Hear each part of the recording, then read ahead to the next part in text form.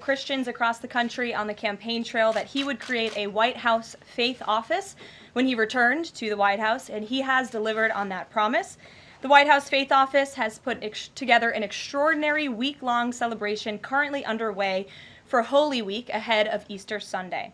The president signed a Holy Week proclamation, filmed a special presidential video message, and will be hosting a pre-Easter dinner tomorrow night and a White House staff Easter worship service on Thursday. The president and the First Lady are honored to continue the tradition of the White House Easter egg roll, which will take place on the South Lawn next Monday. In other news, President Trump is turning America into a manufacturing superpower again. Yesterday, there was a monumental announcement by NVIDIA, one of the largest companies in the world.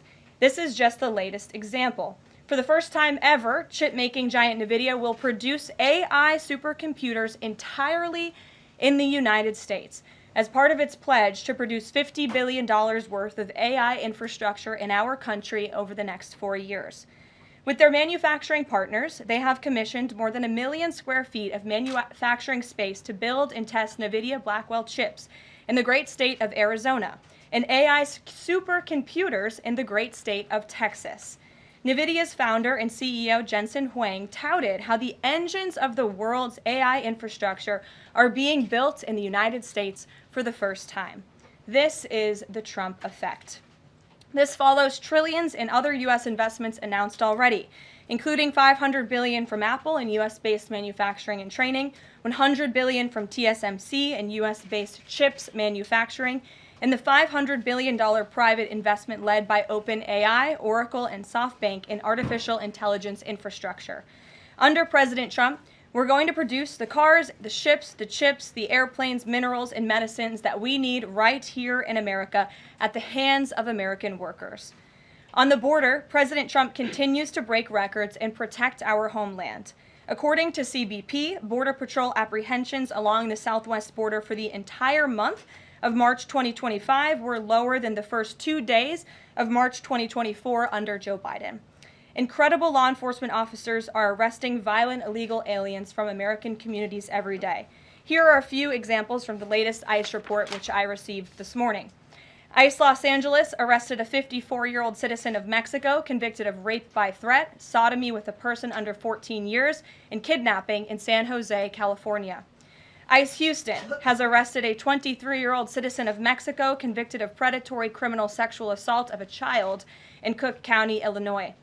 ICE Houston arrested a 64-year-old citizen of Honduras convicted of murder in Los Angeles County, California. ICE Chicago arrested a 49-year-old citizen of Guatemala convicted of assault and arson in Prince Williams, Virginia, not far from here. ICE Denver arrested a 36-year-old citizen of Mexico who is registered as a sex offender and has been convicted of sexual assault of a child in Lake County, Colorado. ICE Baltimore arrested a 50-year-old citizen of China convicted of sex trafficking in Bel Air, Maryland. And ICE Boston arrested a 46-year-old citizen of Jamaica convicted of 3 counts of rape of a child and 2 counts of indecent assault and battery of a child under 14 in Boston, Massachusetts. President Trump and our administration will not rest until every single violent illegal alien is removed from our country. The safety of the American people is too important to settle for anything less. On that note, the Democrat and media outrage over the deportation of Abrego Garcia, an MS-13 El Salvadorian illegal alien criminal who is hiding in Maryland, has been nothing short of despicable. Based on the sensationalism of many of the people in this room, you would think we deported a candidate for Father of the Year. That's because, unfortunately, many in this country care more about this quote-unquote Maryland father, a legal alien MS-13 gang member, than a Maryland mother and an American citizen who was brutally murdered at the hands of a different illegal alien. Of course, I am referring to Rachel Morin. And if you didn't see, yesterday, a Maryland jury found illegal alien Victor Antonio Martinez Hernandez guilty of murdering Rachel Morin in August of 2023. She was a 37-year-old mother of 5 who was jogging in an otherwise safe community northeast of Baltimore when this monster ambushed, strangled, and beat her to death before stuffing her brutalized body in a tunnel drain. The Morin family finally got justice yesterday, but they will never get Rachel back. Our hearts go out to Rachel's family, her 5 children, and her mother, Patty, who has suffered the unimaginable loss of her daughter. In case you missed it last week, President Trump signed a national security presidential memorandum directing federal agencies administering federal land on the border to make land available to the Defense Department in a new national defense area. This followed the president's Day 1 executive order committing his administration to marshal all available resources and authorities to stop the unprecedented flood of illegal aliens into our country and to obtain complete operational control of the borders of the United States of America. Once again, the president is fulfilling another key promise. This new national defense area spans more than 170 miles across our border in New Mexico. But in the coming weeks, this administration will add more than 90 miles in the state of Texas. This national defense area will enhance our ability to detect, interdict, and prosecute the illegal aliens, criminal gangs, and terrorists who were able to invade our country without consequence for the past 4 years under the Biden administration. It will also bolster our defenses against fentanyl and other dangerous narcotics that have been poisoning our communities. With all of this work being done to make America great again, we continue to see a positive response from the American public. A brand new poll published from the Daily Mail and JL Partners this morning found that President Trump's approval rating is at an all-time high. That's because the president is working tirelessly to keep his promises to the American people, as I just saw him doing today in the Oval Office. We have a reporter in our new media seat today, Matthew Foldy. I like your boots, Matt, who is the editor-in-chief of the Washington Reporter. Washington Reporter is a new, fast-growing outlet that breaks stories about legislation and interviews leaders in Congress and across the administration. The publication's readership includes the highest levels of business and government. And with that, please kick us off, Matt. And we've interviewed you as well. So Karoline, thanks so much for having me here on behalf of our readership and the millions of Americans who I think appreciate what you're doing with the new media seat here and making this a more accessible briefing room. I'm curious with Harvard, we saw the Trump administration today announced it's cutting around $2 billion, or freezing $2 billion in funds to Harvard because the campus has serious problems with violence and with anti-Semitism. We saw former President Obama, side with Harvard, which rejected the Trump administration's demands. I'm curious, where does the administration see this going with Harvard and with other colleges and universities in America that are refusing to reform in wake of the sort of craziness that we've seen take over some of them? Thank you, Matt, for being here, and thanks for the question. When it comes to Harvard, the president's position on this is grounded in common sense, in the basic principle that Jewish American students, or students of any faith, should not be illegally harassed and targeted on our nation's college campuses. And we unfortunately saw that illegal discrimination take place on the campus of Harvard. There are countless examples to prove it, particularly with the stunning confession by then Harvard President Claudine Gay, who said that bullying and harassment depended on the context.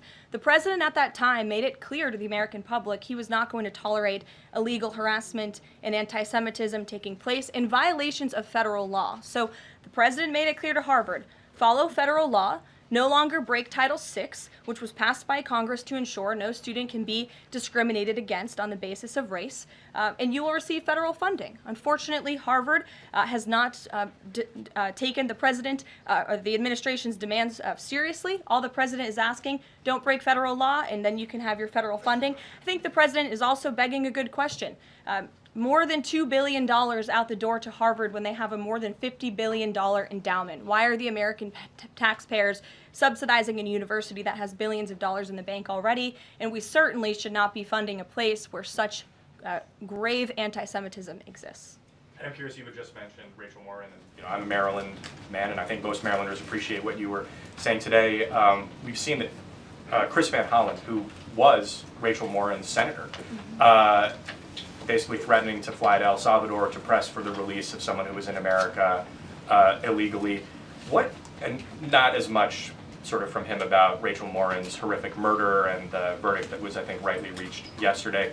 What does the administration think about the priorities we're seeing from Senate Democrats in terms of illegal immigrants instead of the work that agencies like ICE and DHS are doing with the Trump administration? It's mind-boggling, the priorities of the modern-day Democrat Party. I think it's atrocious that you have Democrats in Congress on Capitol Hill who swear an oath to protect their constituents and to serve them in Washington, D.C., spending more time defending illegal immigrant gang members than their own constituents and law-abiding American citizens like Rachel Morin.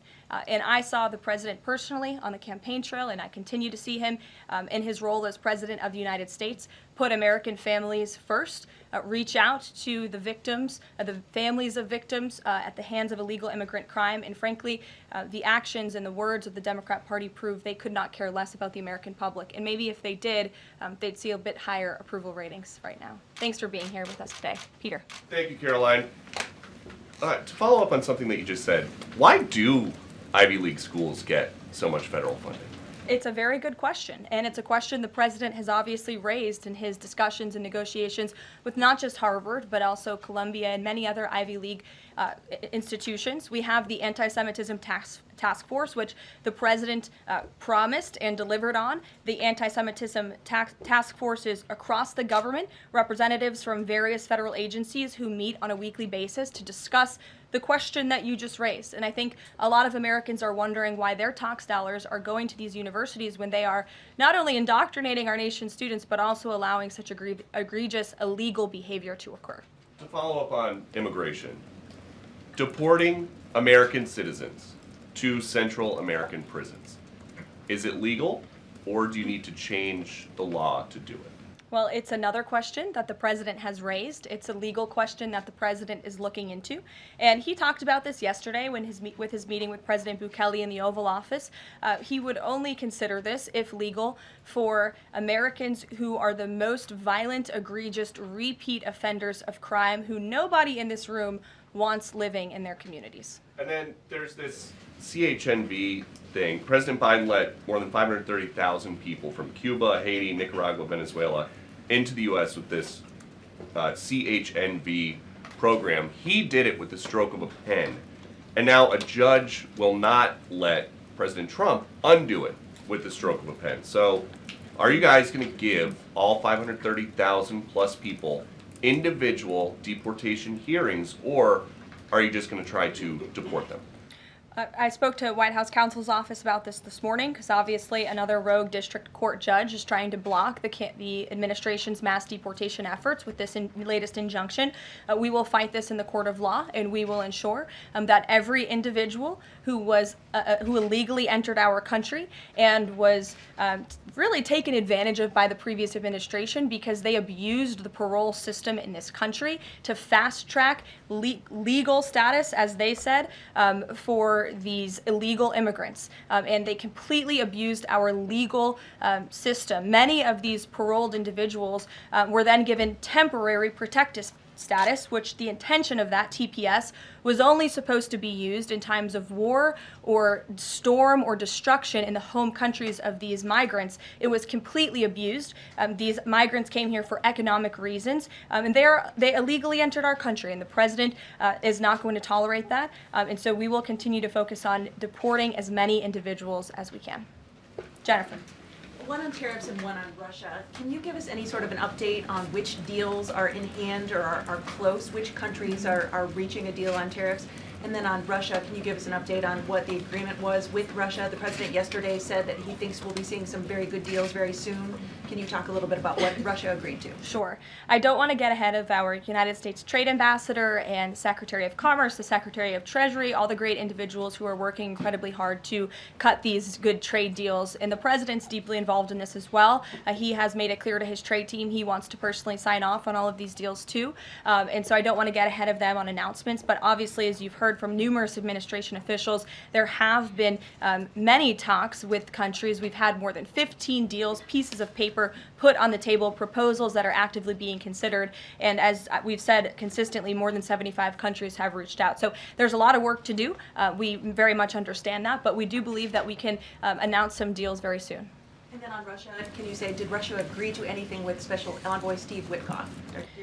I don't want to get ahead of those negotiations as well. What I can tell you is that they were a productive conversation was had. As the presidential envoy Steve Witkoff said last night, he believes that Russia wants to end this war, and the president believes that as well. There is incentive for Russia to end this war, and perhaps that could be economic partnerships with the United States, but we need to see a ceasefire first, and the president and the presidential envoy Witkoff made that very clear to the Russians. Gabe. Thank you, Caroline. And Yeah. I also want to thank your press office for releasing that information that you cited up there regarding the ICE arrests over the last couple of days. And I have them right here, but what I might ask is, why not release the same information for those who were deported to El Salvador? Well, first of all, the information was released by the Department of Homeland Security. The individuals on the flights to El Salvador are foreign terrorists, and those are counterterrorism operations. They are much different than the arrests and final order of removals that you see on a day-to-day basis that law enforcement agents are conducting around the country. That information was not, to that detail, was not released by DHS, though. I just told you the reason. It was a counterterrorism operation, a deportation of foreign terrorists, not illegal criminals who have been convicted of heinous crimes living in our American communities. It's two different things. Foreign terrorist, illegal immigrant criminal, two different things, two different definitions. You should look them up. Christian, go ahead. Yeah, thanks, Caroline. Does the president support raising the corporate tax rate to pay for all these other tax cuts he wants to see move through Congress? Look, I've seen this idea proposed. I've heard this idea discussed, but I don't believe the president has made a determination on whether he supports it or not. And then secondly, do you have any information on the status of Eden Alexander? Hamas says they lost contact with the unit guarding him following an Israeli airstrike earlier today. I don't have updates. I have not seen that report, but I can certainly check in with our National Security Council. I have spoken to the president about Eden Alexander, and he's made it very clear to our national security team that finding him is a priority, but unfortunately I don't have any updates to share. But it's a very important matter, and certainly we can check in. Sure. Hi. How Hi. concerned is the president that a federal judge could hold a Trump administration official in contempt of court for defying deportation orders? We are complying with all court orders. So I see what you're trying to do there with that question, but we're very confident that every action taken by this administration is within the confines of the law, and we continue to comply with the court's orders. And you have seen that, and the president made that clear yesterday in the Oval Office with President Bukele. Sure. Thanks, Caroline. Could you, just going back to El Salvador, could you just explain to us a little bit more about the legal basis on which you may be able to send US citizens to prison there? I know you said President Trump is looking at it, but can you explain to us a little bit more about how that might be possible? We're looking at it, and when I have more for you to share, I certainly will. Sure. Still going off the El Salvador questions, yesterday in the Oval Office, administration officials made it very clear that El Salvador is responsible for Mr. Abrego Garcia, yet El Salvador's president said we're not going to do anything with him. So my question is, who is responsible for this man and where he's going to end up? Well, no. First of all, President Bukele said that he is not going to smuggle a foreign terrorist back into the United States of America, as many in this room in the Democrat Party seemingly want him to do. Abrego Garcia was a foreign terrorist. He is an MS-13 gang member. He was engaged in human trafficking. He illegally came into our country. And so deporting him back to El Salvador was always going to be the end result. There is never going to be a world in which this is an individual who's going to live a peaceful life in Maryland, because he is a foreign terrorist and a MS-13 gang member. Not only have we confirmed that, President Bukele yesterday in the Oval Office confirmed that as well. So he went back to his home country, where he will face consequences for his gang affiliation and his engagement in human trafficking. I'm not sure what is so difficult about this for everyone in the media to understand, and it's appalling, truly appalling, that there has been so much time covering this alleged human trafficker and this gang member, MS-13 gang member. It's truly striking to me. Karen.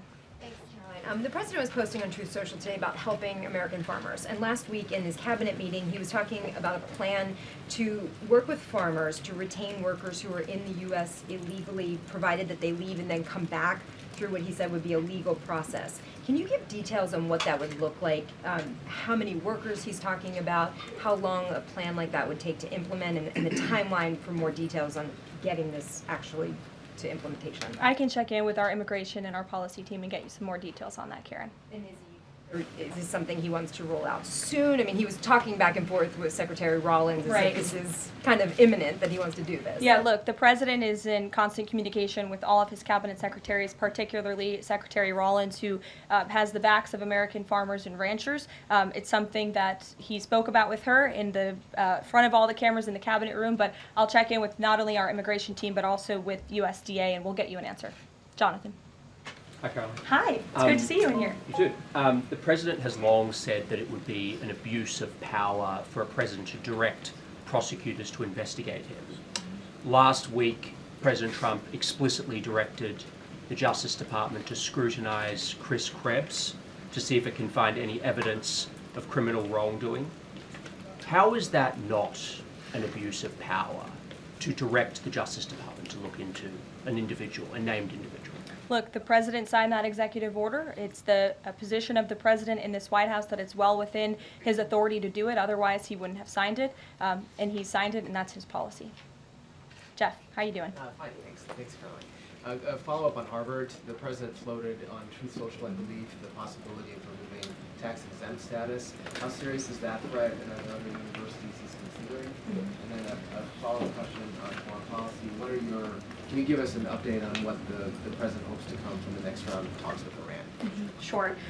First, when it comes to Harvard, as I said, the president has been quite clear they must follow federal law. He also wants to see Harvard apologize, and Harvard should apologize for the egregious anti-Semitism that took place on their college campus against Jewish American students. There were professors who said that he had engaged in discriminatory behavior against Jewish students. Of course, you had the former president of the university saying bullying and harassment depends on the context.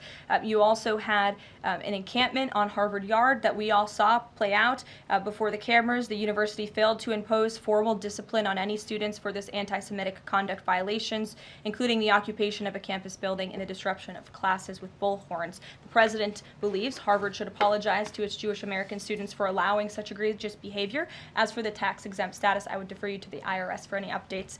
I do want to answer your question on Iran, of course. The maximum pressure campaign on Iran continues, but as you know, the president has made it clear he wants to see dialogue and discussion with Iran while making his directive about Iran never being able to obtain a nuclear weapon quite clear. And the president spoke to the Sultan of Oman today, who helped facilitate these talks. I have a readout for all of you. He held a call with the Sultan of Oman today, and he thanked him for hosting the first direct meeting between the United States and Iran and emphasized the need for Iran to end its nuclear program through negotiations. The two leaders also discussed the United States' ongoing operations against the Houthis and emphasized that the Houthis will pay a severe price until they end their attacks on maritime traffic in the Red Sea. As you know, an additional negotiation between Steve Witkoff and Iran's representative has been scheduled for Saturday. And since these are ongoing negotiations, I have nothing more to add on that. Can I follow Iran? Sure.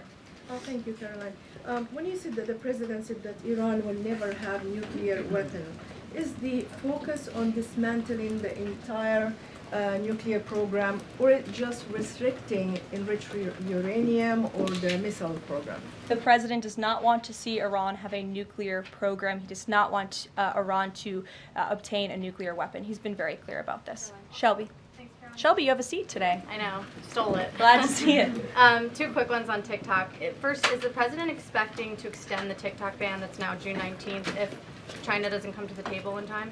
Well, June 19th is a long ways away, obviously. I think it's 2 months away. 2 months is a long time in the Trump administration, as you have all seen. We work at Trump speed around here. We get a lot done, so definitely don't want to get ahead. The vice president continues to lead these negotiations and talks. The president's involved, and they're ongoing. And then the president previously said he'd consider reducing tariffs on China in order to get a TikTok deal done. Is that option still on the table? Look, the president has made his position on China quite clear, although I do have an additional statement that he just shared with me in the Oval Office. The ball is in China's court. China needs to make a deal with us. We don't have to make a deal with them. There's no difference between China and any other country except they are much larger.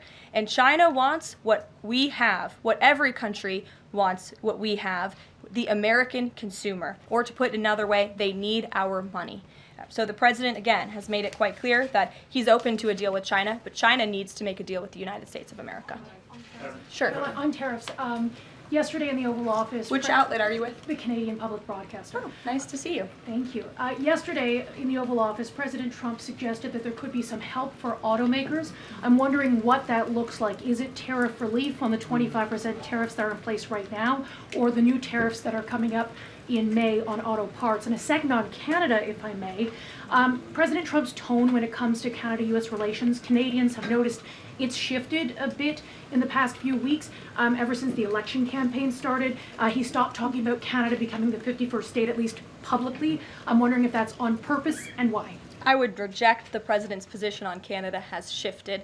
Perhaps he just hasn't been asked about Canada by questions from this group in the Oval Office when they see him almost every day, but the president still maintains his position on Canada. The United States has been subsidizing Canada's national defense, and he believes that Canadians would benefit greatly from becoming the 51st state of the United States of America. As for autos and auto parts, I don't have anything to read out for you there, but I think the point the president was making is flexibility, and he has flexibility when it comes to negotiations and talks, but ultimately his goal in his fair trade deals that he is pursuing with many countries around the world is to put the American worker first. And we had automakers and auto workers here at the White House on Liberation Day who believe in this president and his negotiating ability to put them first and to bring those jobs back to the United States of America. And the president's been very clear about that in his conversations with the automakers as well. Deanna, go ahead. Thanks, Caroline. One on Ukraine and one on China. On Ukraine, this past weekend, Zelensky offered an invitation to President Trump, extending an offer for him to visit Ukraine. Just wondering if there's any update on that. Has Trump seen that offer and what he's thinking about? I don't know. Actually, I haven't talked to the president about that, or if he saw Zelensky's offer. I'm sure he did. I haven't spoken to him about it. I can ask him what he thinks. I certainly don't have any plans to share on a potential trip to Ukraine, though. And then on China, this last week, Chinese officials were posting videos on, social media sites depicting a Trump, J.D. Vance, Elon Musk in AI-generated videos working in factories, putting together Nike shoes and iPhones and products like that. Does the White House, have they seen these videos? Do you guys have a response to that? I have seen the videos. I'm not sure who made the videos or if we can verify the authenticity, but whoever made it clearly does not see the potential of the American worker, the American workforce. The president believes in the American people, and he knows that we have the best not only consumer base in the world, but also the best workforce in the world, and that's why he's so focused on bringing investments home and shoring up our critical supply chains and bolstering our manufacturing here as well. Brett. Thanks, Caroline. Would the president support a ban on members of Congress trading stocks? I'm certain that's something the president would be interested in looking at, and I can ask him if he would support such a bill. Sure. Yes. I have a question about the president's post from this morning on farmers. He asked farmers to be patient and just hold on. But a lot of farmers that I've talked to in the last week or so have said, they're in the middle of spring planting season, and that a trade war makes everything sort of up in the air. What would his message to them be? And also, is there anything specifically planned to provide relief like in President Trump's last term? Yes, well, relief is being considered. The Secretary of Agriculture, I know, has spoken to the president about that, and again, it's being considered. And as for the president's message to the farmers, he put it out himself. He could speak for himself much better than I can speak for him, and so I would just direct you to the statement he had telling the farmers again and reiterating his support for them and that he has their backs, which he certainly does. Kelly, in the back. Thanks, Caroline. Two questions. The first one, a Georgia man was just arrested over alleged threats to kill Director of National Intelligence Tulsi Gabbard. Reportedly, there is now increased security around the FBI Deputy Director. Can you talk about the level of threats against various administration officials, and then a second one on Biden? I'm sorry to hear that. I had not seen that report. It's very unfortunately, and obviously the White House, the president, and the entire administration condemn any threats of violence against any administration officials or public officials on both sides of the aisle here in Washington, D.C. It shouldn't be tolerated, and we commend the local law enforcement agencies for arresting this individual. Former President Biden, he's set to deliver his first major speech since leaving office tonight. He plans to talk about what I'm told will be Social Security under the current administration, closing of offices, longer wait times, harder for seniors and people with disabilities to access earned benefits, is what Democrats have been saying today. I wanted to get the president's response, or if he plans to respond to this, and comments on what Democrats are calling cuts to Social Security. My first reaction when seeing former President Biden was speaking tonight was, I'm shocked that he is speaking at nighttime. I thought his bedtime was much earlier than his speech tonight. I understand the topic of his speech will be Social Security. Let me make it very clear ahead of former President Biden's remarks. President Trump, is absolutely certain about protecting Social Security benefits for law-abiding, tax-paying American citizens and seniors who have paid into this program. He will always protect that program. He campaigned on it, he protected it in his first term, and he's back again to continue protecting it. On the topic of Social Security, I have some news before I let you all go.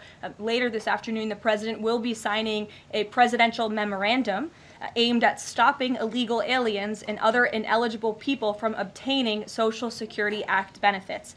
The memorandum will direct the administration to ensure ineligible aliens are not receiving funds from the Social Security Act programs. It will expand the Social Security Administration's fraud prosecutor program to at least 50 U.S. attorney offices and establishes a Medicare and Medicaid fraud prosecution program in 15 U.S. attorney offices.